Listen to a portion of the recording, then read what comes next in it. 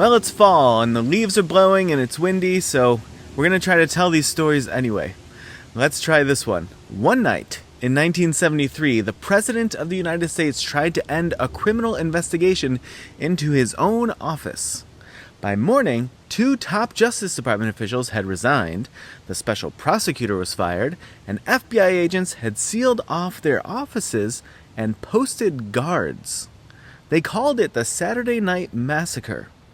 And that happened on October 20th, 1973. Watergate was already unraveling.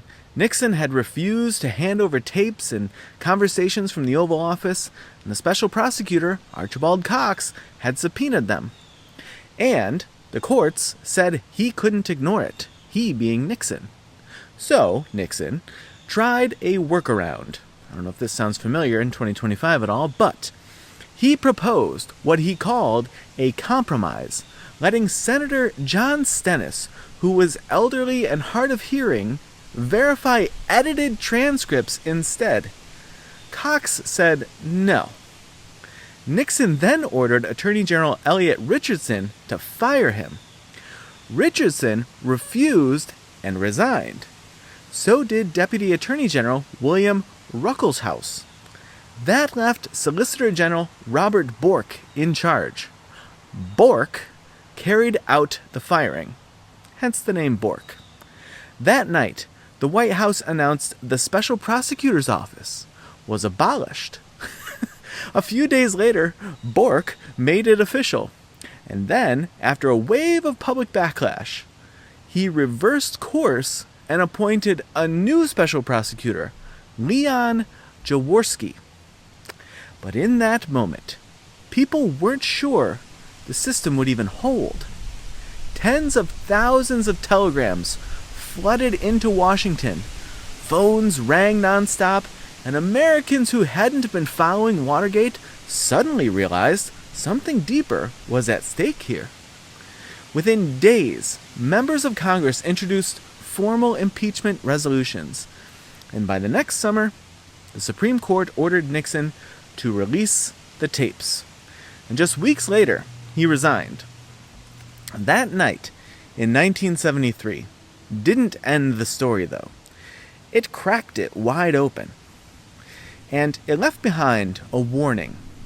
Here in late 2025, some of the same tensions are in the fall air.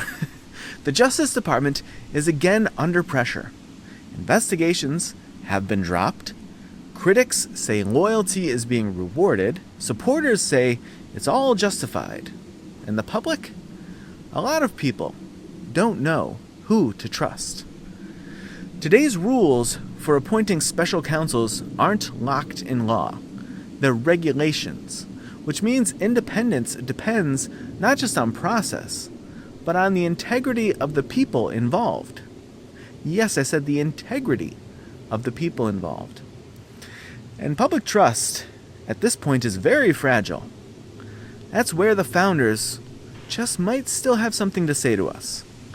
Hamilton believed in a strong presidency, but only if that power came with clear responsibility. You can't have energy in the executive without someone to blame when it's misused. Madison designed the branches of government so that ambition would check ambition. But that only works if people in power are willing to push back. Congress. And the Constitution is clear. The president must take care that the laws are faithfully executed, not evaded, not twisted, not used as cover. That's what the Saturday Night Massacre reminds us of. It's not just about one firing.